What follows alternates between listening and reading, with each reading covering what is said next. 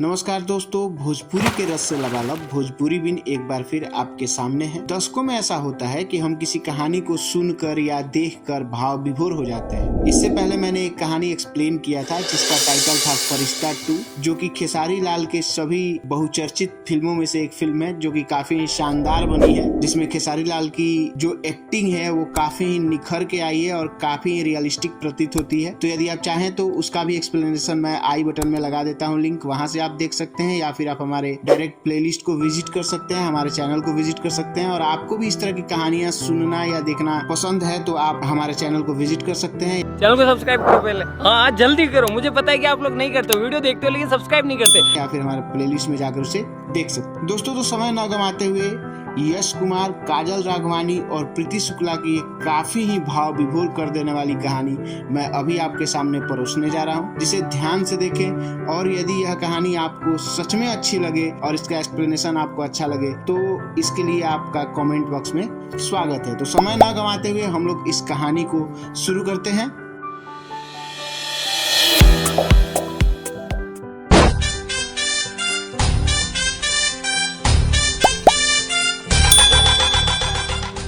Channel को subscribe करो पहले, हाँ जल्दी करो। मुझे पता है कि आप लोग नहीं करते, वीडियो देखते हो लेकिन सब्सक्राइब नहीं करते। यह कहानी शुरू होती है एक व्यक्ति के साथ जिसके शरीर का आधा भाग पैरालिसिस का शिकार है। पैरालिसिस मैं बता दूं आप लोगों को, एक तरह की बीमारी होती है जिसमें शरीर का कुछ अंग काम करना बंद कर देता है। फिर भी वह एक हट्ठे कट्ठे व्यक्ति का कत्ल कर देता है और अपनी झोपड़ी में आकर एक साधारण सा दीपक जलाता है। एक लड़की के तस्वीर को श्रद्धांजलि दे रहा हो ऐसा प्रतीत हो रहा है और अपने दर्द भरे आवाज में उसे न्याय दिलाने का वादा करता है। जो न्याय हमारी सरकारी तंत्र ने नहीं किया है, वह न्याय एक अपाहिज व्यक्ति करने का जिम्मा उठाता है। मानो इस तरह का वादा वो उस तस्वीर से करता है। वहां से डायरेक्ट कहानी शिफ्ट होती है। हमें एक कमरा दिखाया जाता है जहां पर इस स्टेट के होम मिनिस्टर होते हैं, उनके साथ शहर के काफी बड़े डॉक्टर होते हैं और उन्हीं दो के साथ एक काफी ही बहुचर्चित बिल्डर मौजूद होता है। और यहाँ पर एक बात रिवील होती है कि मरने वाला जो शख्स है वो सरकारी तंत्र से जुड़ा हुआ एक व्यक्ति है जिसका नाम है इंस्पेक्टर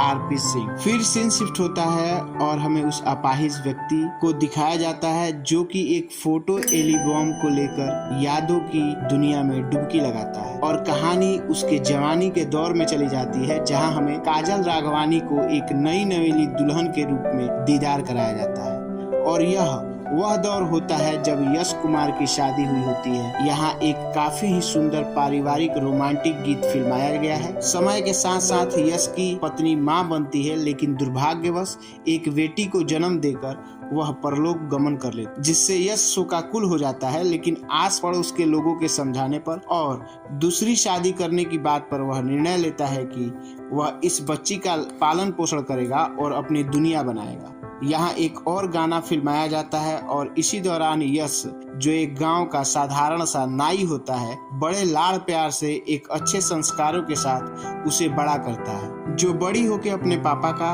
और पापा उसका, मतलब ये दोनों एक दूसरे का काफी अच्छा ख्याल रखते हैं। प्रिया अपने पूरे स्कूल में 12वीं की परीक्षा में टॉप करती है, जिसकी बधाई प्रधानाध्यापक खुद देते हैं। वहीं प्रिया को लखनऊ के एक मेडिकल कॉलेज से आगे की पढ़ाई करने का ऑफर आता है, जिसकी चर्चा प्रिया अपने पिता से करती है। लेकिन वो अपने पिता को छोड़कर लखनऊ नहीं जाना चाहती था, लेकिन उसके जन्म से लेकर उसके बड़े होने तक उसके पिता अपने आंखों में उसे एक काबिल डॉक्टर बनाने का सपना संजोए हुए हैं, जिसे पूरा करने के लिए वो उसे लखनऊ जाने को कहते हैं।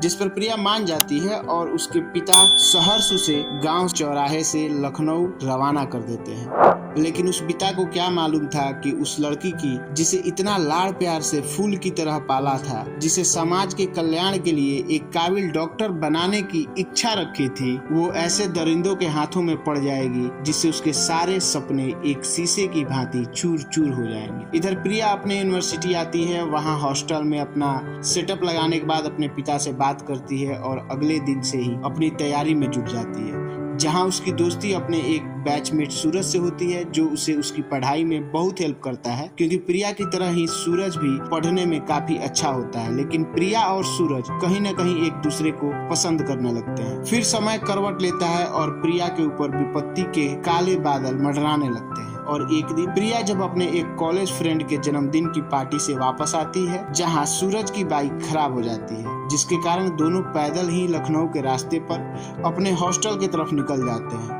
लेकिन कुछ दूर जाने पर कुछ अमीर बाप के बिगड़े औलादों की नजर उन पर पड़ जाती है, जहां विरोध करने पर सूरज के सर पर रॉड से वार करके उसे बेहोश कर देते हैं और उस फूल सी लड़की के साथ हैवानियत का गंदा नाच करते हैं। इसके बाद प्रिया को हॉस्पिटल ले जाया जाता है, जिसकी हालत देखकर डॉक्टर भी हैरान होते हैं। इधर सूरज पुलिस को सारी सच्चाई बयां करता है और प्रिया का पिता अपने जिगर के टुकड़े का ये हाल देखकर टूट जाता है। सीन शिफ्ट होता है और हमें उन्हीं 3 लोगों को दिखाया जाता है, जो कि हमें मूवी के फर्स्ट सीन में ही दिखाया गया है, जो लोग बैठ के इंस्पेक्टर आरपी सिंह के कत्ल के बाद मीटिंग कर रहे होते हैं। इंस्पेक्टर आरपी सिंह बताता है इन लोगों को कि इनके बच्चों का बचना नामुमकिन है, क्योंकि वहां पर पर्याप्त सबूत उपलब्ध हैं। साथ ही साथ एक आई विटनेस भी है, जो कि हर जगह जाकर गवाही देने के लिए तैयार है। तब ये लोग फैसला करते हैं प्रिया के पिता से मिलने का, और आरपी सिंह इनका मीटिंग फिक्स करवाता है, जहां इन लोगों को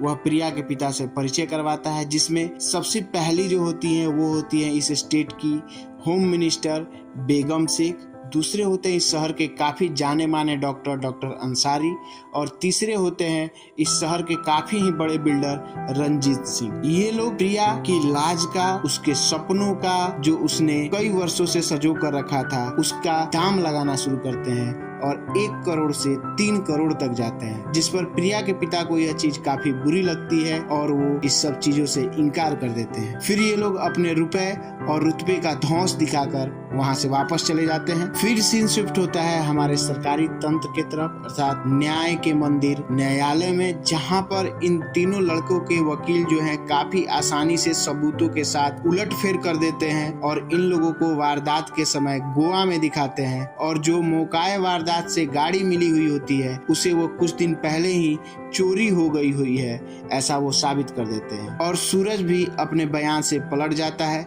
जिससे प्रिया वहीं अदालत में ही दम तोड़ देती है और प्रिया के पिता पैरालाइसिस का शिकार हो जाते हैं। बाद में पता चलता है कि सबूतों के साथ तो वो छेड़छाड़ करते हैं, वो तो अलग की चीज होती है, लेकिन सूरज अपने बयान से बदल जाता है। इसका कारण होता है कि सूरज की पूरी फैमिली जो है वो इन लोगों के कब्जे में होती है, जिससे मजबूरी वश सूरज को अपना बयान बदलना पड़ता है। इन सभी के बाद सूरज एक रोज प्रिया के पिता से मिलता है और अपने ऊपर बीते हुए सारी चीजों को बताता है कि मैंने क्यों अदालत में झूठ बोला, मैं आपका साथ नहीं दे पाया, लेकिन अब मैं पूरी तरीके से तैयार हूँ, मैं आपका साथ दूंगा और हम लोग मिलकर उन दरिंदों को उनके अंजाम तक पहुँचाएंगे। कुछ दिन बाद सूरज प्रिया के पिता से मिलने के लिए फिर आता है और उन्हें एक लोकेशन की जानकारी देता है, जहाँ पर ये तीनों दोस्त एक साथ उपलब्ध होते हैं। यह जानकारी पाकर प्रिया का पिता उस लोकेशन पर पहुँचता है और इनके गाड़ी में क्लोरोफोम, एक तरह का केमिकल होता है जिससे इंसान सूंघते ही बेहोश हो जाता है, उनके गाड़ी में जाकर डाल देता है।